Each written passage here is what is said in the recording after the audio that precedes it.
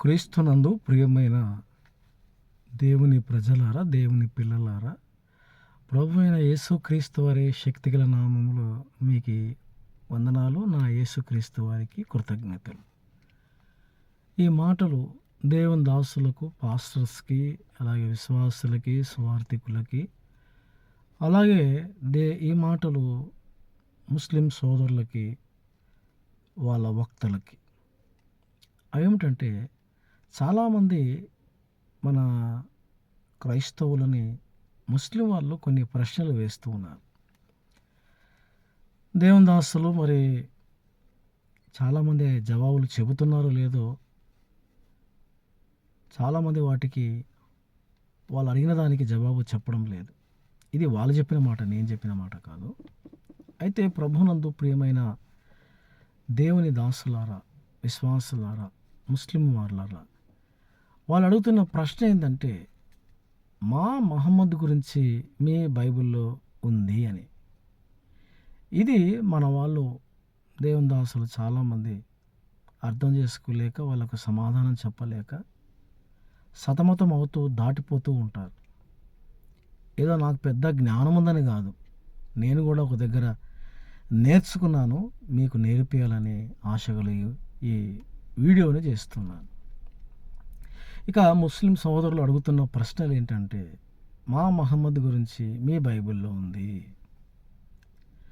నిజంగా పిల్లారా, బైబిల్ గ్రంథములో పరమగీతములో 2వ అధ్యాయము, పరమగీతములో 4వ అధ్యాయము, పరమగీతములో 5వ అధ్యాయములో 6వ అధ్యాయాలలో మనం గమనించినట్లయితే, అక్కడక్కడ నా ప్రియురాల, నా ప్రియురాల, నా ప్రియురాల, నిష్కలంకులాల అనేటువంటి మాటలు ఈ 5వ అధ్యాయంలో మనకు కనిపిస్తాయి.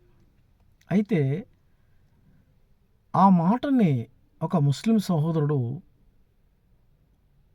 గద్వాల జిల్లాలో చాలామంది పాస్టర్లను ఈ ప్రశ్న వేస్తున్నాడు. బైబిల్లో మా మహమ్మద్ గురించి ఉంది, మీ పరమగీతములో ఉంది అని అన్నాడు. వాస్తవానికి పిల్లరా, అది అక్కడ ప్రియుడు ప్రియురాలని వర్ణిస్తూ ఉన్నాడు. ఆ మాటలకి వాళ్ళు ముస్లిం సోదరు, హీబ్రూ బైబిల్లో ఉందట మహమ్మదీన్, పరమగీతంలో ఉన్నదాన్ని హీబ్రూ బైబిల్ అనట. నేను చూడలేదు, చదవలేదు, కానీ ఆ ముస్లిం సోదరుడు, అతని పేరు అబ్దుల్లా, ఆ వ్యక్తి చాలామంది పాస్టర్లను ఈ ప్రశ్న వేస్తున్నాడు. పాపం దేవదాసులు చెప్పలేకపోతున్నారు. పిల్లరా, నిజంగా వాస్తవానికి దాని గురించి నాకు తెలిసిన దేవునిదాసులు పాస్టర్ షేక్ మక్బూల్ గారిని, అలాగే దేవునిదాసులు పాస్టర్ ఇజ్రాయెల్ గారిని సంప్రదించడం జరిగింది. వాళ్ళు ఇచ్చిన వివరణ ఏంటంటే, పాస్టర్ షేక్ మక్బూల్ గారు ముస్లిం, ప్రభుని నమ్ముకున్నారు. వారు ఇచ్చినటువంటి ఆధారాలను చూస్తే పిల్లారా, నిజమే, అందులో మాత్రం మహమ్మదీన్ అని ఉంది, దాన్ని వాళ్ళు మహమ్మద్కి మార్చుకున్నారు. సరే, ఇక అక్కడ రాయబడినటువంటి ప్రియురాలు అనేటువంటి మాటను జ్ఞాపకం చేసుకుంటే, సంఘమును ప్రభు అలాగున ప్రియురాలని పిలుస్తూ ఉన్నాడు.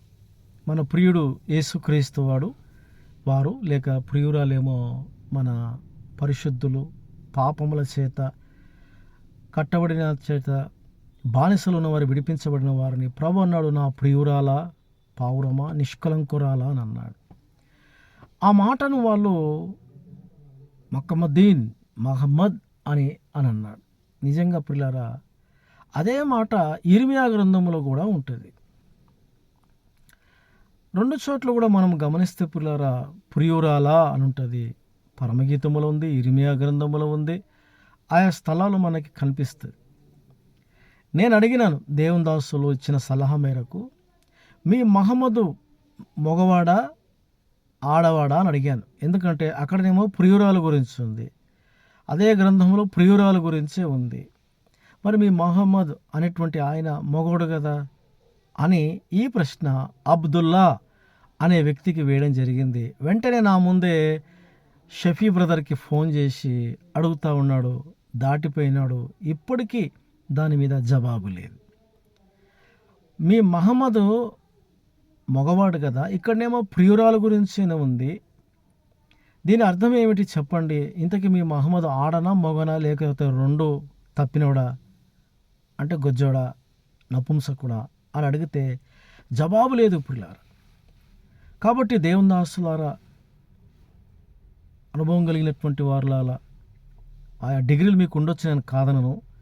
కాబట్టి మనం ముస్లిం సహోదరులు అడిగే వాటికి జవాబు చెప్పగలిగి ఉండాలని నేను మీ తమ్మునిగా నేను తెలుసుకున్నాను, మీకు తెలియజేస్తున్నాను.